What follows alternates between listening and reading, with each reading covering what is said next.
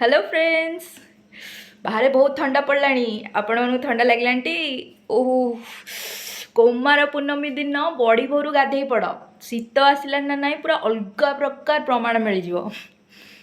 तो कुमार पूर्णमी हार्दिक शुभेच्छा सहित अभिनंदन my dear all beautiful girls. कहीं यहाँ झील मान स्पेशल पर्व।